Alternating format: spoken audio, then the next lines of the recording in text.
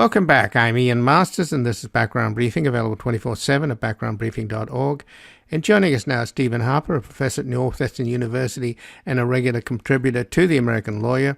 He blogs at the belly of the beast and has an article at Common Dreams. The war on democracy is here. Trump is using America's democratic process to destroy democracy from within. Welcome to Background Briefing, Stephen Harper. Thanks, Ian. It's good to be back.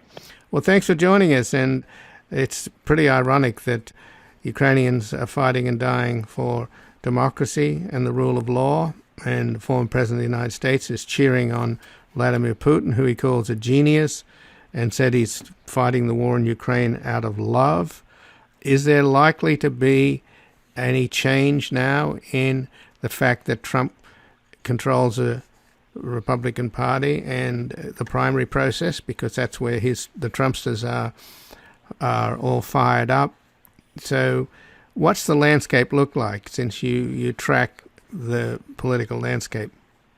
Well, it's disturbing. If you look at the sort of the way Trump and his allies are proceeding really across the country, it's a state by state dismantling of our democratic processes. You know, it started with the big lie, and what he's now doing, particularly in key swing states, is sort of a multi-pronged attack.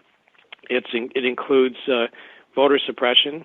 It includes Trump promoting candidates for critical statewide offices that most people would regard as, previously anyway, as obscure and things you never heard of. You know, Secretary of State of a particular state is not something that's typically high on a voter radar in terms of significance, but in most states, those are the people that are responsible for running elections and certifying final vote totals for purposes of the Electoral College. I would say that's sort of a second big prong. So you have voter suppression as one big prong. The second prong is sort of putting in place allies who, they're really more than allies. They're really just hacks that are going to, and have made no bones about it. They've declared that Trump should have won, and they should have won in various states where they're now campaigning for these offices. And they're going to be in a position to flip the result, regardless of the popular vote totals in 2024, and they're running for office in 2022. And then the third thing that's happening is also simultaneously is a general undermining of continuing the trend that Trump started before the election of voter confidence in the integrity of the election itself.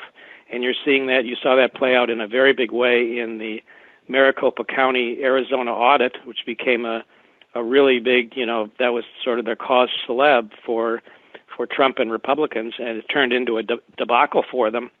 It actually netted Biden at the end of the day another 360 votes in Arizona, but yet Trump persists, and he continues even in interviews to this day saying, look at Arizona, look at the audit, look at the findings. Well, if you actually look at the audit and you look at the findings, they're a disaster for Trump and the Republicans, but you see that kind of pattern repeating itself in swing states throughout the country, where again the whole issue is, it's a solution in search of a problem that didn't exist. There's no voter fraud. There's not been any evidence of voter fraud, and yet that's sort of the three-pronged attack that you're seeing Trump and his allies wage on the entire democratic process, and it's a dismantling of democracy state by state.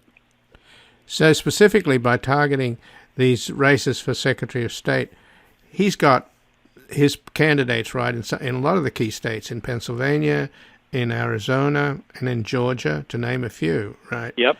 And how are they doing in the polls? Because they're spending, aren't they throwing a lot of money in? Normally there's not a lot of money in these races, but I believe Trump and his allies are pouring money into these races.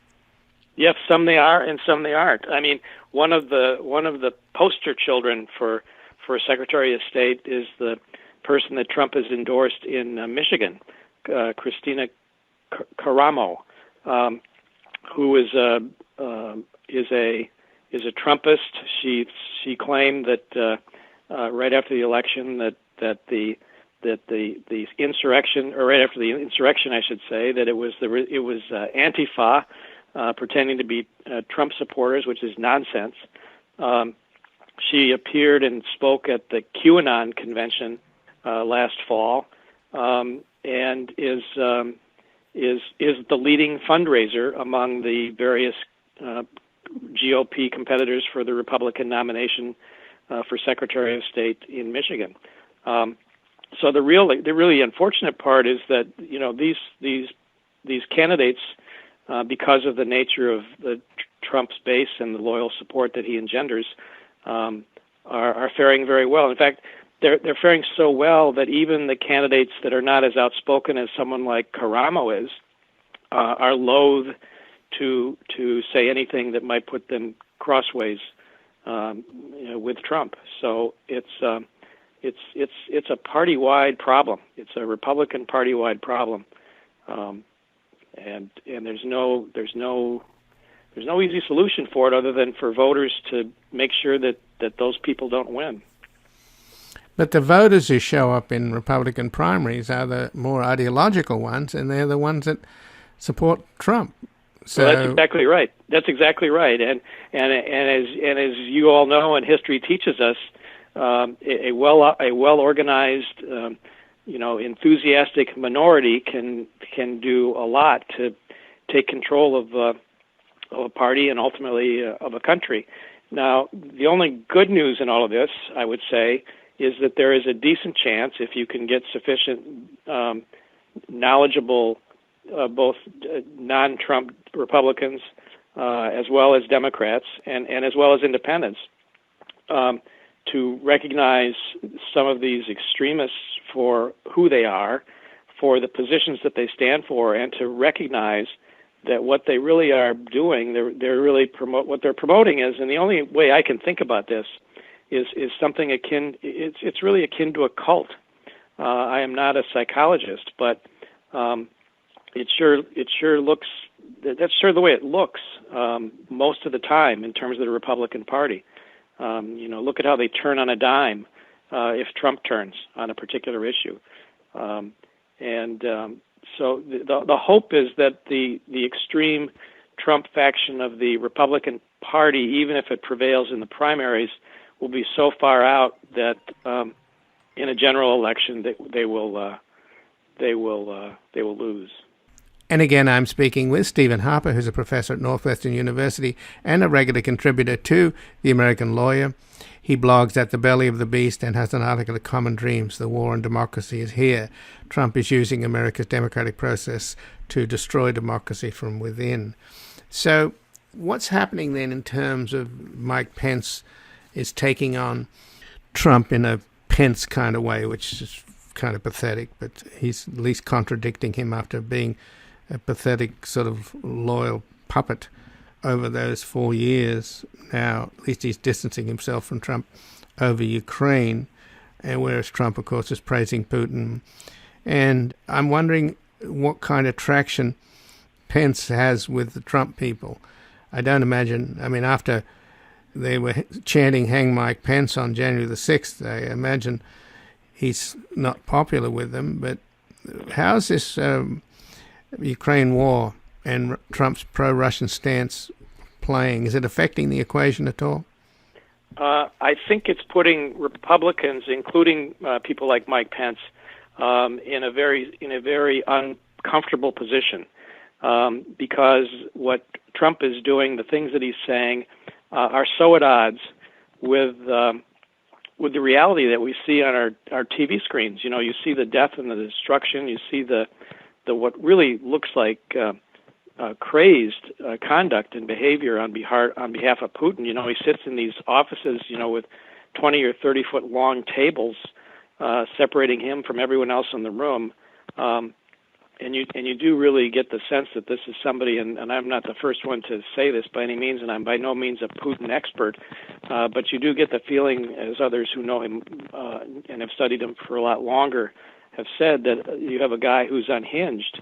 And I think that anything that Trump has done to sort of line himself up with Putin, which is nothing new for Trump, as you and I know, we've talked about it over the years, the whole Trump-Russia saga, it's all of a piece. And I think it's making Republican politicians squeamish. I don't think it's bothering Trump's base much at all, as near as I can tell. I haven't seen any evidence that his support in terms of the voters. I guess we'll find out as some of these primary elections unfold. We'll find out if it has an impact or if it has an enduring impact. But we'll have to see. The article that you referenced is actually one of a series that I've done. I'm doing on a state-by-state basis. In addition to Arizona and Pennsylvania and Georgia, which I've already completed, I'm now working on Michigan and Wisconsin in terms of, the way this is all unfolding in terms of Trump's effort to subvert democracy. Where does it all lead? I don't know. I think you've got a lot of Republicans, including Pence, including Bill Barr. I wrote about him last week for Common Dreams. Barr is on a rehabilitation tour because all of a sudden, there's some taint associated with Trump. So he's trying to rewrite his personal history, as many of them are. But as you correctly note, they were lapdogs and enablers for 4 years, and we're all now reaping what he sowed. So how are these Senate candidates that Peter Thiel, the pro-Trump tech billionaire, is funding, J.D. Vance in Ohio and this guy Masters, no relation to me, I might add, in Arizona? Right. How are they doing? It's very hard to tell because there is not a lot of polling that happens with respect to those people. With respect to Republican primaries that are still a ways out. Some of the sort of initial polls, for example, the one in Pennsylvania, shows that the Trump loyalists are doing very well, among likely Republican primary voters. Now, a lot of that, even that polling, was prior to Putin's incursion. It's not really even an incursion; it's an invasion. It's an attack. So how that will change the equation, I'm not sure. Although it's interesting, I did see a poll the other day that said that 77% of people approve of the way of the U.S. position in terms of the war. Although now here's one that you can have a hard time wrapping your arms around. 49% disapprove of the way Biden is handling the war. So figure that one out and then tell me what it means. I can't, but it does suggest that there could be at a very minimum there's some dissonance, cognitive dissonance that Republicans who vote in these primaries are going to experience. I mean, Vance, you mentioned Vance. He's a great example. His initial response was, why do I care? It was something along the lines of, I don't care what happens to the people in Ukraine. And then somebody told him, guess what? There's some Ukrainians in Ohio that vote. And so now he's sort of walking all that back, or trying to. But I don't know. It's hard to tell how they're doing, which is why the test will come when the primary voting begins as early as May in some states like Pennsylvania. So in terms of Trump coming back in 2024, which is the ultimate nightmare, and there's no question that he's running, and he's laying the groundwork, as you have been investigating, Stephen Harper, at the state level, and he's targeting the Secretary of State offices in key swing states. So if you can put Trumpsters in those offices, it doesn't matter what the vote is. It's like the old statement of Joseph Stalin. It doesn't matter who votes, it matters who counts the vote. That's right. So that's what we're faced with now. So how will the midterms reflect on Trump's broader strategy for 2024? In other words, right. Is it possible that some of these Trump people won't make it, and that might diminish his chances for 2024? Yes. I think that's why the 2022 elections in November are so critical in these statewide offices, because whatever happens in 2022, the people who win those elections, and the key ones, as you point out, are Secretary of State as well as governor. Pennsylvania is kind of a unique case because the governor in Pennsylvania picks the Secretary of State. It's not an elected office. But that's why the November 22 midterm elections at the state level are, at least to my thinking, at least as important, maybe in some ways more important to the fate of democracy than whatever happens with, the federal elections in terms of the Senate and the House of Representatives. I think people expect, I don't know if they're right or not, but I think people expect that the Republicans have a good chance to regain control of the House. I think the Democrats have a pretty good chance of hanging on to control in the Senate. But there's so much that's up for grabs because, the difficulty is, and this is the real nub of the problem, I think, Ian, it's very, very hard to get people to think about abstract notions like American democracy because it just feels like it's inevitable. It just feels like that's something that could never disappear. It can never be a problem. And they look at Ukraine and they say, yeah, but that's Ukraine. And so what tends to happen is people focus on, but boy, look at the price of my gasoline. What's happening with COVID? Those are the two big drivers, I think, in terms of how people are going to vote. And the thing that may matter most to the future of themselves and their children and their grandchildren is going to be what happens in areas that are not related to the pandemic, and they're not related to the price of gas this year. They're related to the very real fate of democracy in America. So it's very, very difficult to get people's attention on something that seems so, theoretical almost to them. It's not real. Unless it's personal, it's not real to far too many people.